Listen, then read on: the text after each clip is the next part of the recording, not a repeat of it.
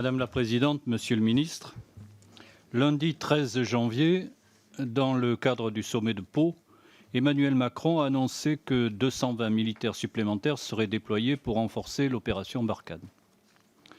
La France et les pays du G5 Sahel ont décidé de renforcer leur coopération militaire face à la recrudescence des attaques djihadistes. Suite au décès de 7 militaires au Mali fin novembre, les députés socialistes et apparentés avaient demandé au gouvernement de préciser les objectifs de cette opération militaire.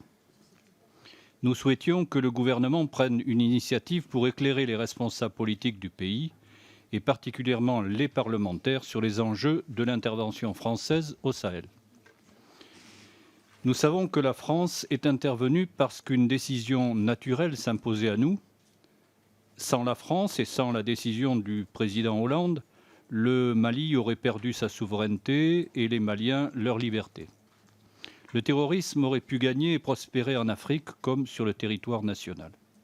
Pour autant, le temps passe et la présence française fait de plus en plus débat auprès des populations locales.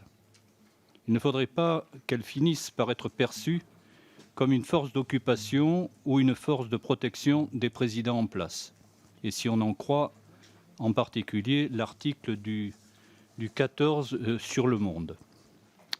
Aussi, un débat parlementaire semble s'imposer.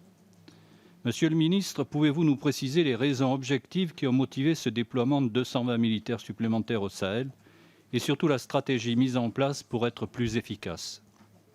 Certains responsables africains que nous avons rencontrés à l'ONU nous ont affirmé que la solution n'est pas forcément militaire et que les risques d'enlisement sont réels si nous n'orientons pas nos efforts sur le plan économique et social pour les populations.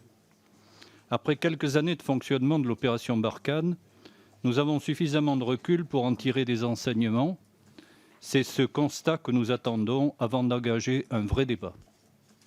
Merci, monsieur le député.